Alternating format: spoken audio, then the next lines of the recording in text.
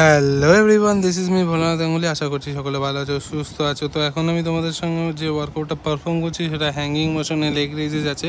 শুধু লেগ রেজেসই নয়, অনেক কিছু এর সাথে ইনক্লুডেড আছে। এক্সারসাইজগুলো ভালো করে দেখো। হ্যাঙ্গিং মোশনে করলে কিন্তু কোর স্টেবিলিটি ভালো হয়। ওভারঅল কোর মাসেলকে তুমি ক্যাচ করে তোমার অ্যাবডোমাইন অবলিক সব কিছুই ট্রেন করতে পারবে। আর হ্যাঙ্গিং মোশনের ওয়ার্কআউট আমার সবথেকে বেশি ভালো লাগে, কেন এতে আমার অ্যাপস আরও ভিজিবল ভালো হয়, প্রমিনেন্ট অ্যাপস ট্রেন হয়। তো তোমরা ওইগুলো পারফর্ম করতে পারো। হ্যাঙ্গিং মোশনে যদি না পারো লাইং মোশনে করো, বাট যারা পারো মানে যারা নিজের বডিটাকে হোল্ড করে ধরে রাখতে পারো হ্যাঙ্গিং মোশনে করো, বা প্যারালাল বা ডিপসে এলবো লক করে করতে পারো এই ওয়ার্কআউট মুভমেন্টগুলো।